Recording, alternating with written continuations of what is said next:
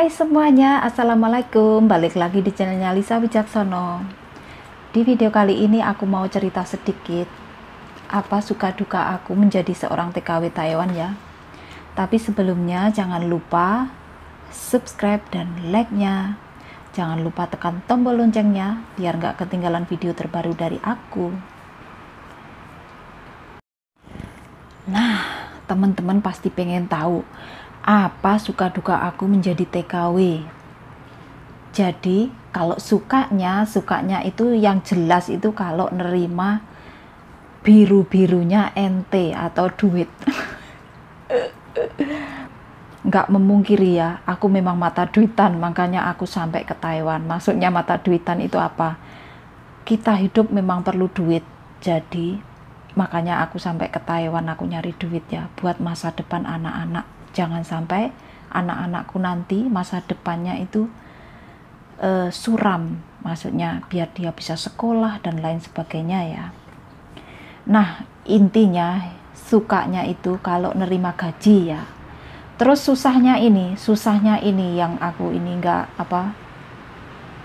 bisa menghitung susahnya, banyak sekali soalnya susahnya itu ya.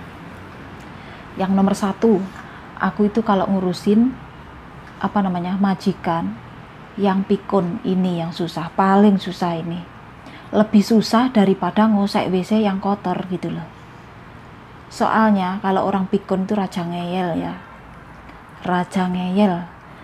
Dia sudah bilang gini ya gini, soalnya pikun lupa gitu loh. Nah itu, susahnya kayak gitu. Terus yang kedua, ngosek WC ini kenapa kok susah ngosek WC? Ya susah. Kalau di sini itu masih bersih. Kalau majikan aku yang dulu, maksudnya bukan majikan aku yang dulu saja, rata-rata ya. Rata-rata di Taiwan itu ya, banyak yang WC-nya itu kotor banget gitu ya. Kalau majikan aku yang ini enggak, majikan aku yang ini WC-nya bersih banget. Soalnya tiap hari pasti dikosek sama aku gitu loh. Terus majikan aku sendiri juga mau ngosek WC sendiri. Kalau pas aku repot, dia itu ngelihat WC-nya kotor, dia langsung bisa membersihkan sendirilah, dia mau bantu aku gitu. Tapi kalau yang rata-rata gitu ya, rata-rata WC itu pasti kotor, jijik, bau ya. Apalagi kebiasaan orang sini itu kalau BAB atau buang air kecil itu nggak membasuh pakai air ya, dia itu cuma mengelap pakai tisu. Jadi nggak seperti di Indonesia. Jadi aku ngomongkan kalau majikan aku di sini dulu ya. Di sini itu kalau majikan aku kalau ngelap pakai tisu, tisunya langsung dibuang di kloset. Jadi nggak numpuk di tong sampah gitu. Karena tisunya ini kalau kesiram air sudah hancur ya, tisunya majikan aku ini, dia beli yang kesiram air itu langsung hancur. Jadi dia itu menyuruh aku kalau pakai tisu langsung buang di toilet, jadi nggak buntu toilet, soalnya langsung hancur. Terus kalau rata-rata ya, seperti aku yang kerja di majikan yang dulu gitu, dia kalau ngelap pakai tisu langsung dibuang di tempat sampah. Jadi tempat sampahnya itu numpuk tisu yang ada kotorannya gitu ya. Kadang nggak tahu majikan aku sakit perut atau apa ya, itu tisunya itu kotor banget sampai aduh, aku itu kalau membersihkan toilet ya pakai sarung tangan, pakai masker, pakai ini rambutku ini aku kalau di majikan yang dulu maksudnya rambutku ini aku pakai kayak topi tapi buat mandi, pakai shower cap aku dulu. Soalnya aku takut keciprat. Soalnya aku males tiap setelah nyuci kamar mandi terus aku mandi. Soalnya kalau keramas pasti diomelin gitu. Jadi aku punya cara itu, aku pakai shower cap ya, pakai shower cap, terus pakai sarung tangan yang sampai sini sarung tangan nih. Terus pakai kaki aku pakai itu sepatu yang buat itu ya, sepatu boot itu loh, kalau di Indonesia itu yang selutut sampai lutut itu, yang buat itu kerja di air-air gitu, pakai sepatu boot ya gitu, pakai masker gitu, jadi tertutup banget. Apalagi kalau majikan aku yang dulu itu anjingnya 13 ya, anjing 13 gitu. Aku apa namanya, terus anjingnya itu kotor, nggak seperti anjing di sini. Kalau anjing-anjingku yang ini kan bersih, seminggu sekali ke salon mandi, terus sebulan sekali potong rambut di salon, terus ke dokter. Kalau anjing ini terawat kan. Kalau anjing yang dulu, yang aku dulu kan kerja di desa ya, di Taiwan tapi di desa, anjingnya itu kotor banget. Terus 13, bayangkan anjing 13, bukan anjing kecil-kecil lucu kayak boneka kayak ini, bukan. Dulu itu anjing gede. Anjing yang gede-gede itu anjingnya. Jadi 13 itu aku ngurus ya. Anjingnya semula itu cuma 2. Terus ada anjing di luar itu sama majikan aku dibawa masuk, diopeni gitu loh, dipelihara. Terus akhirnya berenah gitu loh guys. Akhirnya banyak itu anjingnya itu apa? Anjingnya itu punya anak itu 8, jadi jadinya 13 anjingnya. Terus anjing yang kecil-kecil itu aku juga nyusui pakai itu ya, pakai botol dot itu seperti bayi itu. Tiap pagi sama sore aku nyusuin anjing itu gitu loh. Terus di dalam itu ya kan, di desa ya, di desa terus apa namanya, rumahnya itu kan dipagar keliling tinggi.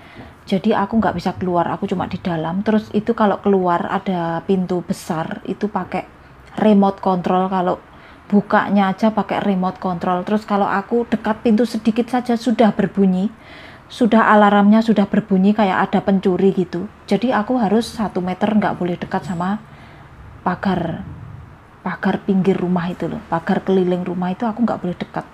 Kira-kira 1 meter aku nggak boleh dekat ya. Kalau dekat itu bisa bunyi gitu, settingnya itu bisa bunyi kayak ada pencuri gitu loh, alarmnya bunyi.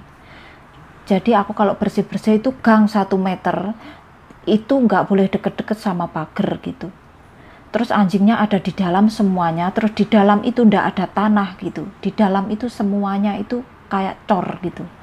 Jadi kalau anjingnya itu buang air besar itu langsung di cor itu, di atasnya cor itu, kayak di atasnya lantai gitu. Jadi kalau anjingnya itu kotorannya itu nggak kering, maksudnya berair gitu ya, jemek, maksudnya jemek gitu loh guys, jemek itu ya menjijikkan sekali. Soalnya itu ya, kita kalau di desa kan kalau ada kotoran kan pakai tanah itu enak ya, langsung ngeresep gitu ya. Tapi kalau di sini kan nggak ada tanah ya, jadi repot ya. Langsung itu ya langsung pakai apa, sapu lah aku. Tapi ya jijik banget lah, pokoknya ngelihatnya jijik banget lah kalau yang dulu itu. Kalau di sini itu aku majikan di sini itu yang jijik itu apa ya, ini kan ada anjing ya, anjing dalam rumah. Jadi dia kalau BAB itu ya namanya hewan ya, dia itu ya sembarangan di atas lantai sini. Terus majikan aku itu nggak menyediakan buat apa namanya, sapu buat itu bersihin apa kotoran. Jadi aku langsung pakai tangan, langsung pakai apa namanya, aku langsung pakai tangan, tak kasih sarung tangan ya, terus langsung pakai tisu gitu. Kalau majikan aku yang nyontoi nggak pakai sarung tangan, langsung tisu aja, nggak boleh 2, tisu harus 1. Jadi kadang-kadang kalau BAB-nya itu lembek, jadi ya aku apa namanya, tisunya itu basah gitu, menjijikkan sekali ya, kayak gitu dukanya. Terus lagi dukanya yang kedua itu masalah apa, kalau keluar ngantar majikan kemana gitu kan, jalan kaki ya, itu majikan aku kan cepet banget jalannya. Jadi aku kayak apa, kecapean itu loh. Kalau menurut dia jalan itu kita harus kayak berlari gitu ya. Terus sehari itu nggak cuma sekali keluar, jadi capek banget lah ya, namanya kerja ya, itu ya capek, memang capek. Terus gajinya memang lumayan ya kalau di Taiwan, jadi seimbang sama capeknya. Terus kalau kerja di luar negeri kayak gini ya, masalah dukanya lagi masalah makan ya. Makan nggak sama seperti yang di Indonesia. Jadi ya pokoknya kalau diceritakan tuh banyak sekali lah dukanya. Tapi yang duka paling mendalam itu kita itu menahan rindu ya sama keluarga di rumah, di kampung, di Indonesia. Itu adalah duka yang paling sangat mendalam, yang nggak bisa kayak kadang-kadang itu nggak bisa menahan ya, kayak kadang-kadang itu pengen sekali pulang ya, apalagi kalau kita itu punya anak ya, seperti nggak bisa menahan pengen pulang ke Indonesia gitu ya, kalau pas lagi kangen sama anak gitu ya. Sekarang ini masih mending ya kita bisa video call. Kalau zaman dulu itu kita kan belum ada video call gitu, kayak belum ada ya, masih telepon seluler biasa ya. Jadi dulu itu cuma mendengar suara gitu aja sudah seneng banget. Kalau sekarang enak ada kalau kita kangen kita bisa melihat langsung gitu ya, video call. Kalau dulu itu bener-bener pokoknya susahnya itu. Sekarang itu masih mending zaman sekarang. Tetapi namanya kerja di Taiwan tuh memang susah kalau menurut aku ya. Susah banget itu. Kalau kita bikin susah, tetapi tergantung orangnya ya, kita bikin senang atau kita bikin susah. Kalau kita susah, kita pikir dalam-dalam, ntar kita bisa sakit ya. Lebih baik susah ya dipikir ya enggak, ya dipikir ya enggak gitu ya. Jadi jangan terlalu dipikir, karena hidup kita di sini dan keluarga kita ada di Indonesia, jauh banget ya. Yang penting kita tidak melupakan tujuan awal kita pergi ke Taiwan bekerja ya. Jadi kita mencari duit untuk masa depan anak-anak, masa depan keluarga. Jadi jangan sampai lupa. Kadang-kadang banyak sekali yang lupa sampai sini itu, terus sampai sini kan terbawa kehidupan sini, akhirnya lupa gitu. Apalagi mengenal teman, terus dia sampai lupa katut temennya, seneng-seneng lupa duitnya dihabiskan di sini, ntar pulang ke Indonesia dia nggak bawa uang ya. Jangan sampai kayak gitu ya teman-teman. Nah itu tadi suka duka aku bekerja di Taiwan ya, cuma kayak gitu sebenarnya, bukan cuma sangat sedih pokoknya. Kalau aku pikir ya, aku kalau boleh memilih, aku nggak pengen bekerja ke luar negeri. Kalau boleh memilih, aku lebih baik di rumah menjaga anak-anak ya teman-teman.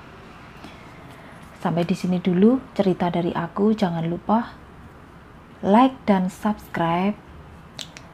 Jangan lupa tekan tombol loncengnya. Terima kasih yang sudah support channel aku selama ini. Wassalamualaikum warahmatullahi wabarakatuh. Jaga kesehatan ya teman-teman. Bye-bye.